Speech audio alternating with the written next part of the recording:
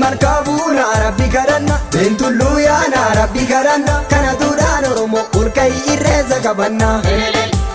urkai irreessa qabanna Ben markabuna Rabbi Karanna Kaitullu yaana Rabbi Karanna kana duraan Oromoo urkai irreessa qabanna urkai irreessa qabanna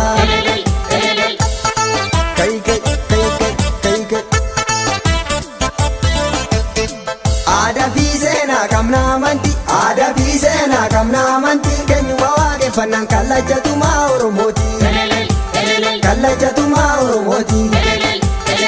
duudhaa irreessaa marga qabanne duudhaa irreessaa marga qabanne isa rabbii tokkicha galanni si haa ga'u jenne galanni si haa ga'u jenne Boranaa barreentu marti Oromoo Boranaa barreentu marti Oromoo shanan gadaa wal ga'e galata rabbii galcha kunoo galata rabbii galcha kunoo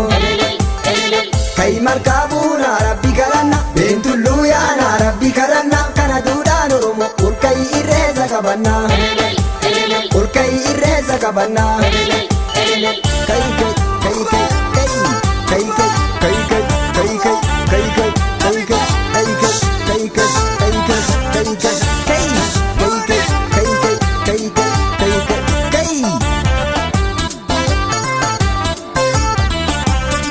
Waaqeffannaan dura amantii keenya urkai markaademno Waaqeffannaan dura amantii keenya urkai markaademno Waaqeffannaan dura amantii keenya urkai markaademno Waaqeffannaan dura amantii keenya urkai markaademno Dho'ee hadaan gammanne gadaan kuufa nuyi bebirraanis bari'e Oromoo martuu dhiiraaf dubartii yaa'e malkaaf tulluutti wal ga'e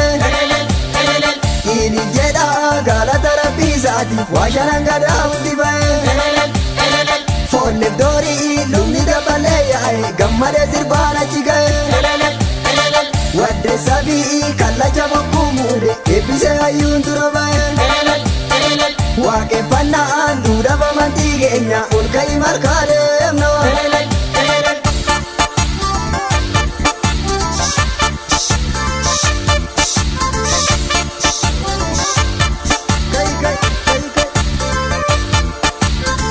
Waaqeffannaan dura amantii keenya urkai markaademno Waaqeffannaan dura amantii keenya urkai markaademno Waaqeffannaan dura amantii keenya urkai markaademno Waaqeffannaan dura amantii keenya urkai markaademno Dho'ee hadaan gammanne gadaan kuufa nuyi bebirraanis bari'e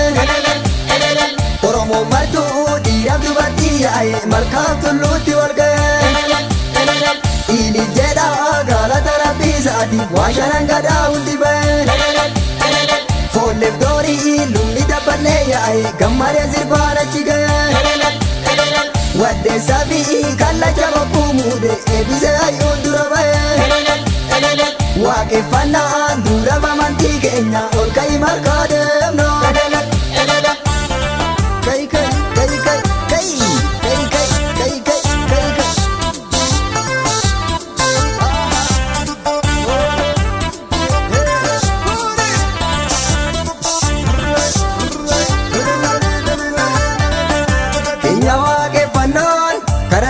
Karannaa waaqa tokkichaati markabuna galloo Kenya waaqeffannaan karannaa waaqa tokkichaati markabuna galloo Kenya waaqeffannaan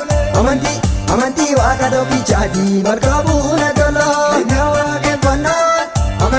amantii waaqa tokkichaati markabuna galloo Birraa yoo masqalaa Oromoon irratti baheeti adiif diimaa galoo Birraa yoo masqalaa Oromoon irratti baheeti